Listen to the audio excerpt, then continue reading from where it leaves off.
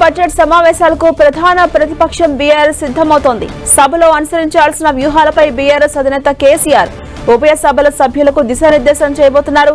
ఇందుకోసం BRS LP ఇవాళ ప్రత్యేకంగా సమావేశం కానుంది.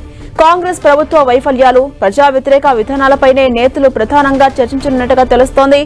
తెలంగాణ భవన్లో ఇవాళ మధ్యాహ్నం 1 గంటకు బీఆర్ఎస్ ఎల్పీ సమావేశం నిర్వహించబోతున్నారు.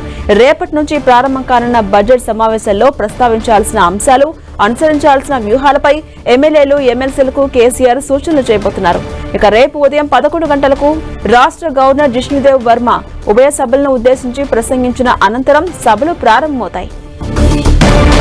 అసెంబ్లీ ఎన్నికల సమయంలో హామీ ఇచ్చిన 6 గ్యారంటీల అమలులో కాంగ్రెస్ సర్కార్ పూర్తిగా వైఫల్యమైందని బీఆర్ఎస్ ఆరోపిస్తోంది. రైతు రుణమాఫీ కొందరికి మాత్రమే అయిందని, మిగతా రైతులు ఇప్పటికీ రుణమాఫీ కోసం ఎదురు చూస్తున్నారని బీఆర్ఎస్ చెబుతోంది.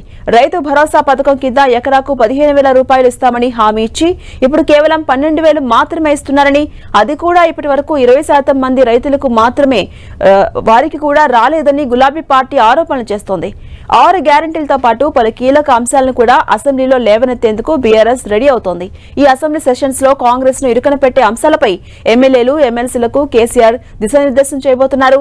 ఇక ఈ బడ్జెట్ సెషన్స్ కు కేసీఆర్ హాజరు కాబోతుండటంతో సమావేశాలు హాట్ గా సాగబోతున్నాయన్న చర్చ జోరుగా కొనసాగుతుంది.